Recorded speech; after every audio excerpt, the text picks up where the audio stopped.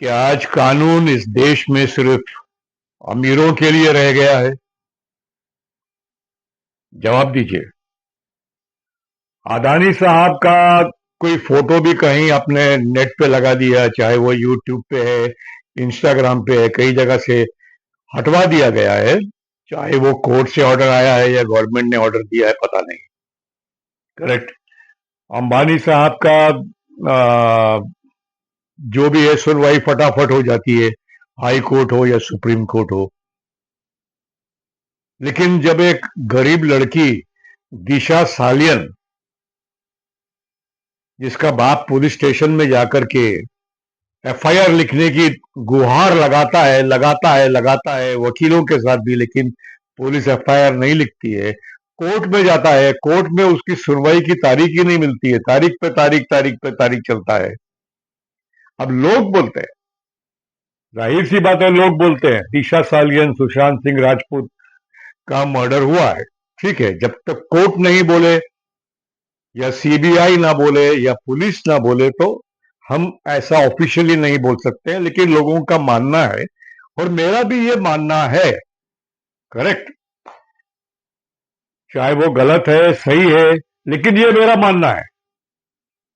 अब मैं आपको और कितने मतलब केस बताऊं। शाहरुख खान का बेटा कोई ड्रग केस में पकड़ा जाता है, अंदर हो जाता है, वो भी एक बहुत बड़े नारकोटिक्स ऑफिसर को से, समीर वानखेड़े साहब से, जिनकी क्लियरेंस दिल्ली के होम मिनिस्ट्री से होकर आई है।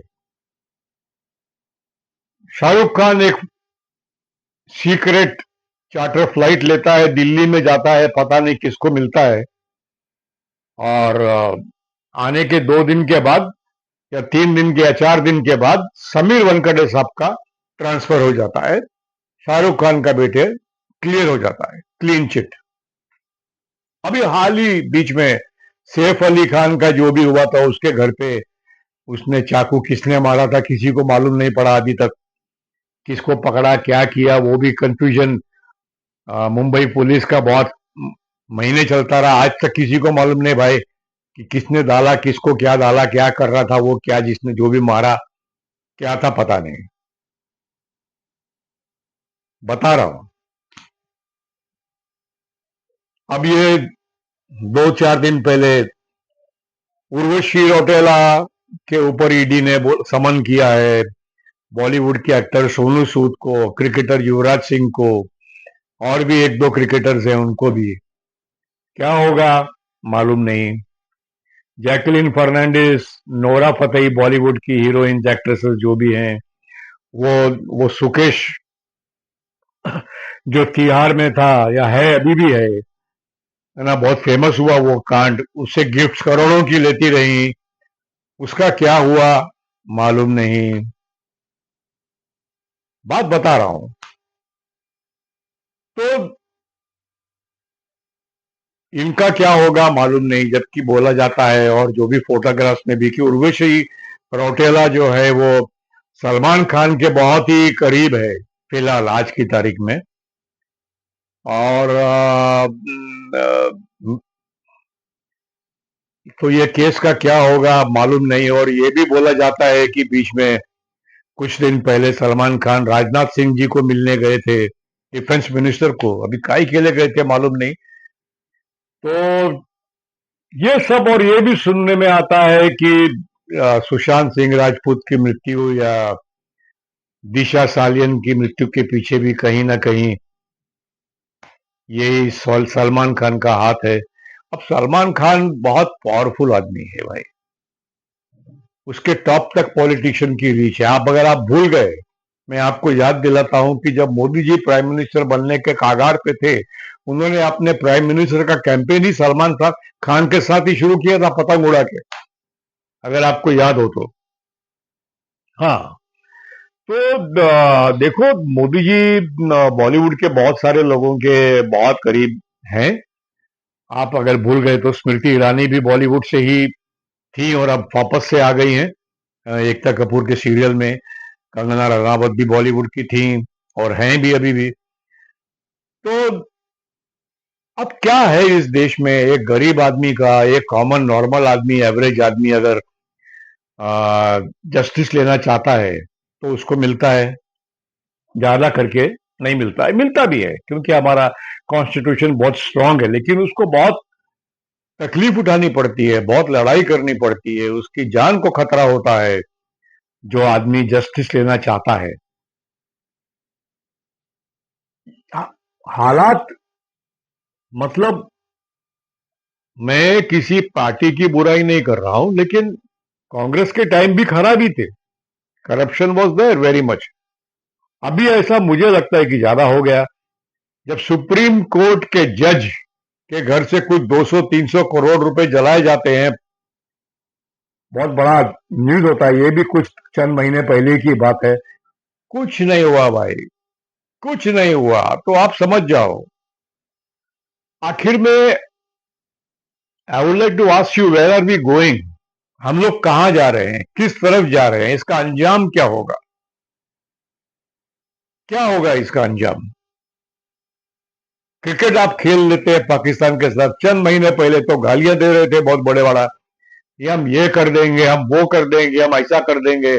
आपने एयर स्पेस बंद कर दिया, आपने ये कर दिया, वो कर दिया, है ना? पाकिस्तान का आज भी मेरे ख्याल से एयर स्पेस बंद है, करेक्ट? तो आप लेकिन क्रिकेट खेलना शुरू कर दिया आपने। फिर वो ड्रामा किया दिया कि क्रिकेटर्स ने उनके पाकिस्तान की टीम के साथ हाथ नहीं मिलाया। अबे खेले ही क्यों तुम पहली बार? हमारे फौजियों के खून का मजाक उड़ा दिया तुमने यार। तो ये सब मेरे गिले शिकवे हैं ये मोदी जी की गवर्नमेंट से। अच्छा काम भी बहुत कर रहे हैं, किया है, ऐसी बात नहीं है, लेकिन बेसिकली ये पब्लिक भी यही बात को मानती है जो मैं बोल रहा हूं। हाँ, चाइना, पाकिस्तान, बांग्लादेश, म्यांमार, श्रीलंका, इसकी बातें बाद में करेंगे। आज घिरे हुए हैं हम लोग। इनकी फॉरेन पॉलिसी भी फेल हो चुकी है। जो भी इतना ये मोदी जी, ये जयशंकर, ये कुछ नहीं है। हाँ, अजीत डोवल साहब कमान संभाले हुए हैं जब तक, ठीक है, बस। वो भी ये गवर्नमेंट कितना अजीत डोवल साहब की बातें मानती है, नहीं मानती है, ये तो मोदी जी को ही मालूम है, हमको नहीं मालूम। एनीवे, कानून की व्यवस्था खराब होती जा रही है दिन ब दिन। आप उल्लू का ऐप जो था सेमी पॉन बोल के, या एट बालाजी का ऐप आपने बंद करवा दिया, अच्छा किया। लेकिन एक बात पूछता हूं मैं मोदी जी के बीजेपी गवर्नमेंट से कि पहले ही बात आपने उसको परमिशन ही क्यों दिया? ये तो आपके राज में परमिशन आया ना। पूरी राइटिंग में डिटेल में गवर्नमेंट सब कुछ लेती है, बाद ही में परमिशन देती है, तो ही तो वो चला रहे थे ओटीटी। तो आप गैम्बलिंग के ऊपर बात कर रहे हो, ऑनलाइन गैम्बलिंग का, आपने परमिशन क्यों दिया भाई? अब अचानक आप उसके खिलाफ जा रहे हैं।